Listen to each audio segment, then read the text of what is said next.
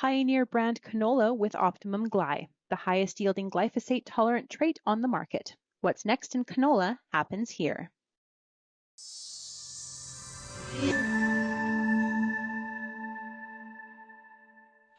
Shaun Haney here with RealAgriculture.com and Real Ag Radio, Rural Radio 147, Sirius XM. We're going to talk about some U.S. ag policy and how it impacts Canadian agriculture. Obviously, these two countries adjacent to each other, major trade partners, products and goods moving back and forth on an everyday basis, both involved in the CUSMA and the USMCA agreement. Canada and the U.S., though, do have some areas where maybe there's a little bit of friction. Not to say it's not solvable, but there are some issues to discuss here. Joining us to chat about this, there was a recent blog post on Farm Credit Canada's economics blog. The authors were Graeme Crosbie and Justin Shepard, both economists with Farm Credit Canada. Justin and Graeme, great to meet you. Thanks for having us. Okay, Graeme, let's start with you. Let's talk about, listen, for any beef producer, they know about mandatory country of origin labeling. Right now in the U.S., there's a lot of talk about this product of USA label change. How much pressure is there mounting in the U.S., no matter who wins the U.S. election, for more sort of made-at-home kind of products? Yeah, I would say that, certainly over the last decade, at least, I'd say on both sides of the aisle in Congress, there's been a slow move towards increased protectionism. Certainly this, and I would also add to, yeah, you're right. There seems to be more of a focus on made in the USA products, not just ag products, but all types of products in general. And so, that's to some degree what we're dealing with here when it comes to beef and pork products. As well, and the changes to the product of USA labeling, which was the focus of the blog, which is where, effective January 1st, 2026, if you want to put that label on your pork or your beef in the States, those animals have to be born, raised, and slaughtered stateside, whereas previously, you could import an animal and feed and raise it and still use that label, but that's all going to change effective next year or 2026. Yeah, and so not only impacting Canadian beef and pork producers, but also processors as well, right? Yeah, big time. I mean, we're still trying to wrap our heads around what the potential fallout is from this, and in large part because we don't know how, what the appetite of the American consumer is to have that label on their plate. As we wrote in the blog, the ultimate determinant of how far this, the labeling goes and how much uptake there is really depends on the American consumer and their willingness to pay for those products. Because one thing we're pretty sure of is that, if you are truly going to only use animals that have been born and raised in the U.S., it's going to add costs. It's going to, disrupt supply chains between Canada and the U.S. So there will be added costs. And the question really is, at a time of already elevated food prices, but in particular protein prices, how much is the American consumer really going to want to pay for that product of made in the USA? Is there any experience here that we can lean on to give us an indication of what that could look like? Like in terms of the consumer's willingness? The consumer behavior on this, yeah. Yeah, it's interesting. Like within the profession, there's no shortage, honestly, of willingness to pay. Surveys and studies, in various countries with various different products. One thing that I personally struggled with, in not to question the quality of that work, is just really like those are survey based types of quantitative assessments, and so when the rubber really hits the road, though, at a time when the consumer actually gets into the grocery store, it's a little less clear to me if their true willingness to pay is what they said it might have been in a survey. So specific to this particular issue, though, I'm not aware of any types of those reports. It'd be interesting to follow that one. I know that the Canadian Cattle Association, Canadian Pork Council have been working a lot on this issue. The Product of USA label, referred to as one of the most restrictive labels that they will have to deal with around the world. Now, Graeme, I know you got to take off, so we'll let you go. Thanks for joining us. Yeah, no, thanks for having me, Shaun. Okay, as I mentioned, also joining us is Justin Shepherd, also an economist with Farm Credit Canada. Justin, so we've covered the labeling.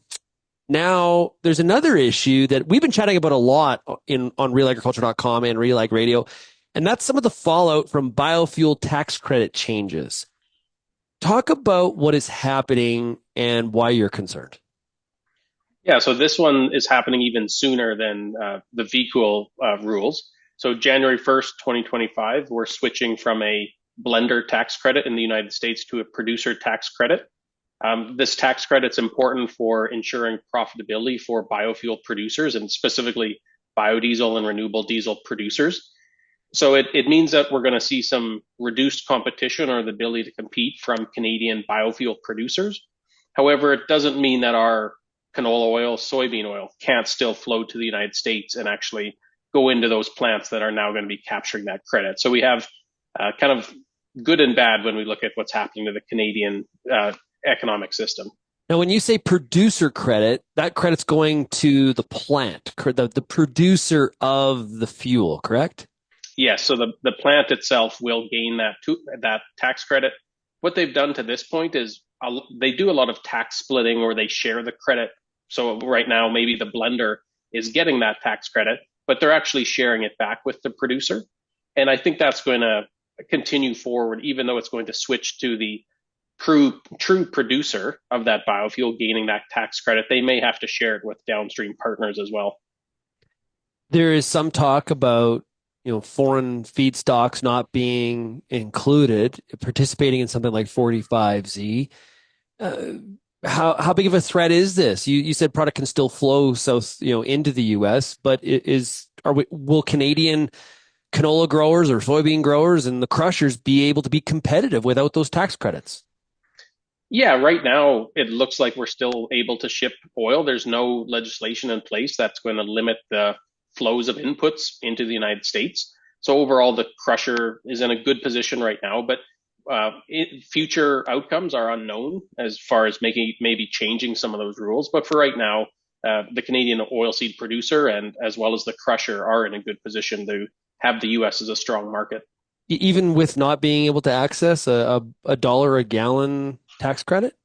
Well, it just means that our oil is going to flow south instead of actually be produced and consumed consumed in Canada. Okay. The third issue is the U.S. Farm Bill. This is something that has been a long time coming. There hasn't been a lot of political will or political urgency. There was some thought about maybe happening during the lame duck. We'll have to see if that does transpire.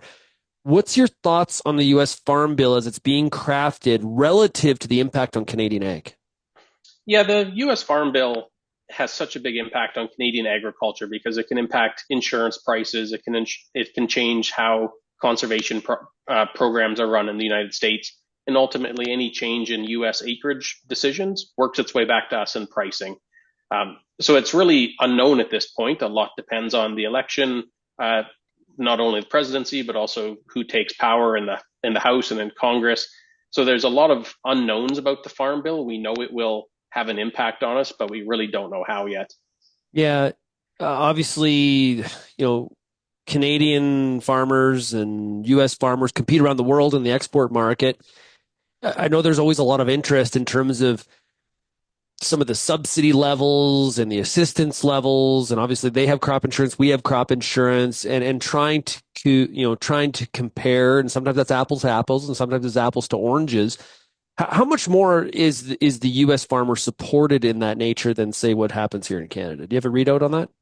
That's a good question. I don't know the exact the statistic on which one gets more support. It just looks a little bit different as far as some of the supports on specific commodities, especially in the United States, where Canada is more broadly adjudicated. Yeah, for example, like one of the things that could happen here, if there's more support or more push for the U.S. farmer to plant more corn, if demand doesn't adjust to that increase in supply, it can push prices potentially lower. Corn is king, and the whole commodity complex is reflected based on which direction corn moves. that impacts what's happening with, say, wheat that's being grown in Western Canada. Yeah, absolutely. The U.S. futures market determines a lot of pricing and choices that we make as a reflection on that. So it absolutely will be impactful. Okay, so we got labeling, we've got biofuel tax policy, and we've got the U.S. Farm Bill. What's the sum it up bottom line here? Why are following these three things so critical for Canadian farmers and ranchers? Yeah, I think it impacts the entire spectrum, whether it's grains and oilseed. There's a livestock, which is heavily influenced by vCOOL. So in general, it's going to impact all of Canadian agriculture. We also, for the most part, whether it's the Farm Bill or some of these tax decisions, we have very little input into those choices. We are very much a taker of those policies. We do have the opportunity to share some concerns about a policy like vCOOL. But ultimately, we are going to be a taker of these policies and are going to have to work within them over the next few years. Do you think we're doing enough to have our own domestic kind of programming? Like, say, for example, on the biofuel tax policy, the Canadian industry being very directed or indirectly pushed in a direction based on what's happening in another country. Should we have our own programs for these kinds of things? Yeah, there are some opportunities coming with the new Clean Fuels Fund. There are programs that do exist in Canada. But yeah, the Inflationary Reduction Act in the United States is a huge bill, and it is a large country putting forth a lot of money. So at times, we are just a smaller country, and we just have to do our own thing. Well, you mentioned the Clean Fuel Fund. There's an example. We talked to RI Canada last week. The Clean Fuel Fund's looking to not include corn-based ethanol in its funding. So even when we have maybe our own version or a parallel program, it's not exactly on the equal footing. Yeah, the Canadian biofuel producers is going to have to deal with the changes to both Canadian and American rules in the year ahead. Well, Justin, really appreciate you joining us. Thanks a lot. If somebody wants to check out the Farm Credit Canada Economics blog, where do they go? Yeah, just Google FCC Economics. We're under the Knowledge tab, and every week we have a blog up. Great stuff. Justin, thanks a lot for joining us. Yeah, thanks very much, Shaun.